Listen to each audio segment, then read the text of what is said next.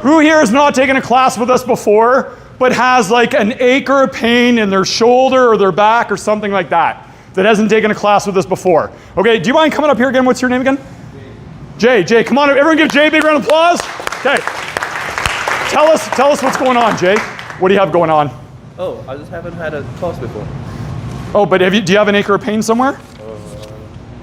Okay, don't worry about it. We'll find out. Okay, so I'm going to take them through the prime 3, okay? We're going to do this to detect weakness, find injuries before they happen, use the findings to customize a plan. So I'm going to be testing for function. Function is the layer below movement, because EMG studies show that 2 movements can look exactly the same, but have different muscle firing patterns under the surface.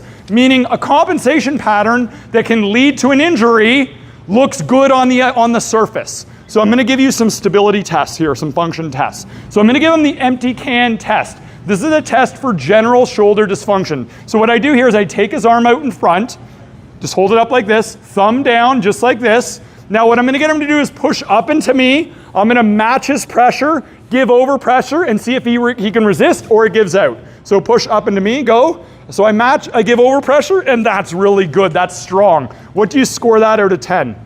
10. It's strong. 10, darn right it was a 10. Okay, good. Give him a big round of applause there. Now, sometimes that's weak and it gives out on people, okay? And when it's weak, we move their posture around to see where the shoulder wants to go to function better. Think of your joints like gears in a machine. The gears need to line up in order to work properly. So sometimes people's shoulders are too low, but when they shrug, it feels better. There's no pain and there's a lot of strength.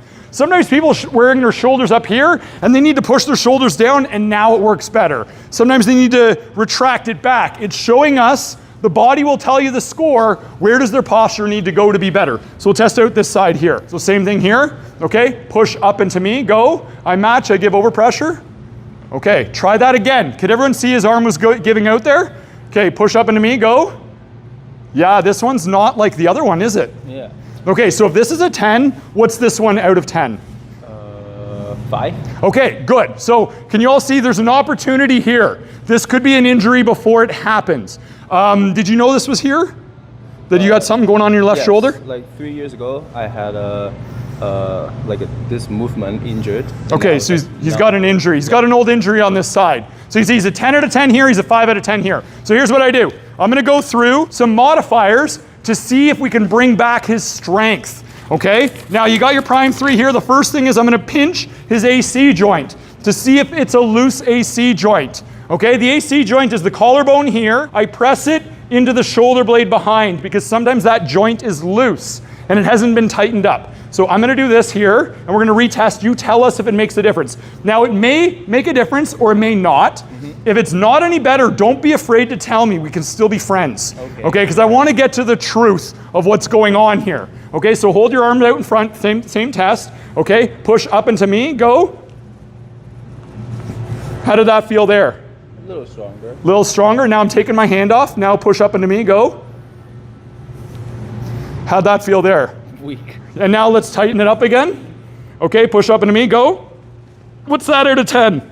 Like an 8. Okay, felt like a 10 to me, but that's okay. And what's this out of 10? Push up into me, go. 5. Yeah, like what you're seeing here is a loose AC joint. Okay, that before and after difference, his AC joint is a little bit loose here. That's not a big deal, okay? Because he's gonna have a seized up pec minor here. Can you feel that? Okay, so I knew that was gonna be there because I know this pattern, all right? And then what we need to get him to do is close grip, pushing and pulling, because wide grip opens this joint up, all right? And I have a bunch of different instructions here for you to follow that are good for your shoulder. Okay, can everyone see how quickly I went through that? And if this isn't a consult, might it give the consult faith that I know what I'm doing and I can help them, especially if it's a 3-year shoulder issue.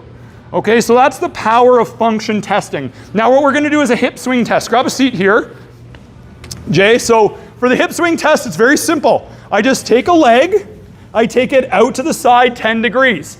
He's gonna push out, I match pressure, give over pressure, go. Okay, that's like a statue, right? Okay. What do you score that? 8? It's a 10, man. Okay. You're a 10. Okay, you're a 10 out of 10 personality too. Don't be so hard on yourself. Okay, good. So that one was strong, so I'm not doing a modifier. It's passing. You can see. Now we're gonna test out the other side. Same thing here. Take it out 10 degrees, push out into me and go. Okay, this one's good too. I could tell right away, right? They're both strong, right? He has no issue there. Now, sometimes people do have an issue and I get them to shrug the same shoulder up and it makes it better. I get them to shrug the opposite shoulder up and it makes it better because they have a twist. Sometimes I get them to round their back and it makes it better because they have a hyperlordosis. There's a number of modifiers I will do. He's checking it out right now. He's like, I'm curious about this stuff. Sometimes I get them to tighten up.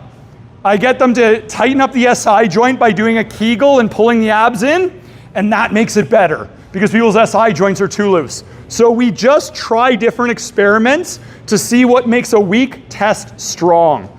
Is everyone clear on that? That's how you would do something like this. It gets profound wow factor, and this is a layer below movement. So it helps you be even more effective because his movement might have looked good, but under the surface, he's got this old shoulder issue. And we can put together some things that can bring back the strength. Now, does anyone here have a phone I can borrow for a second? Do you mind if I borrow your phone? You don't have a radiation reducer on it, do you? No, you're good, okay. Jay, let's do your hip test again. Face me, face me. Okay, good. So, I just want to show you guys this. So he's really strong. Give me this side here. Bring it out 10 degrees. Push out. Go as hard as you can. Go. Okay, that feels strong, right? Can you put this phone in that pocket right there?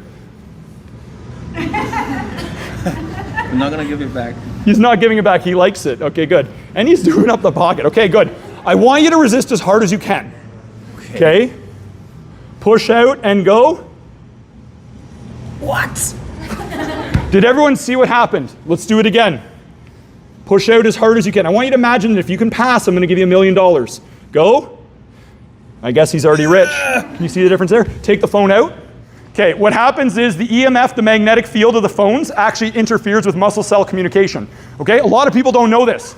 Wearing the phone in your pocket leads to imbalances in how the muscles fire under the surface. Now, when the phone's gone, his strength should come immediately back. Give me this right here. Push out into me. Go. Feel the difference right away? Okay, okay, good. Now, here's the way I want you to, now for this reason, we never test with a phone in the pocket because it creates a false weakness. But it's also, you gotta be aware that if you have somebody who's squatting with a phone in their pocket, they develop that hip waggle in the squat sometimes because the radiation field interrupts the quality of a muscle contraction. Sometimes you get people that are going to never-ending chiropractic appointments because they're wearing their phone in their pocket all day long, and when they stop doing that, all of a sudden their back is fine. They're not going out of alignment so much. So I want you to be aware of that. Now, I have to tell you, the research on this has not been done enough on people. They've done it on mice and shown it makes a difference. For some reason, they're not doing the research on people. Some people think it's a conspiracy, whatever. You're free to believe whatever you want. But there's a lot of evidence to show that electromagnetic fields interrupt muscle contraction, okay? So just be aware of that factor because sometimes when you're doing everything else right and things aren't getting better, it's something weird like this. Now, let me get you to stand up. Last thing I might ask is stress because stress affects everything. Immunity, digestion, metabolism, injury resistance. So, Jay, what are your current stress levels on a scale of 1 to 10? 1 means almost nothing. 10 means it keeps you up at night. Now it's pretty high. Yeah? Because that was scary. Like a 5. Okay, so it's 5. So here's the thing. It's not like an 8 or higher, but if he said like an 8, 9, or 10, I'd be like, okay, we need to work on some stress reduction, and I need to not train him like a maniac because he'll get overtrained fast. So it helps you customize. You need to know the general stress levels somebody's going through. If they have like a lot of kids and a busy job and they're accountant during accountant season, we don't want to necessarily get them into sport-specific phase doing full rebound push-ups and stuff, right? Because their body's not going to be able to recover. So we just want to keep that in mind. So we took him through those. Did we get some helpful information for him out there today?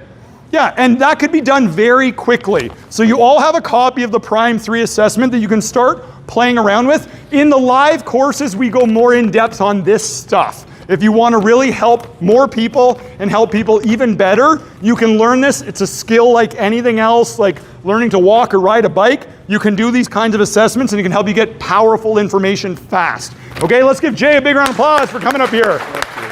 Absolutely.